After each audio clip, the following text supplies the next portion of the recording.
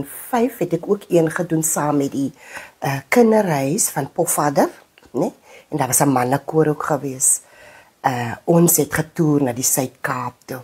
Toe het ons daar 'n CD opgeneem in die Kaap en daai enetjie is van 'n Makwaland. Ek was in die jaar 2000 was ek in Johannesburg. Ons het hier iemand gehad wat in ons woonstelle gebly het.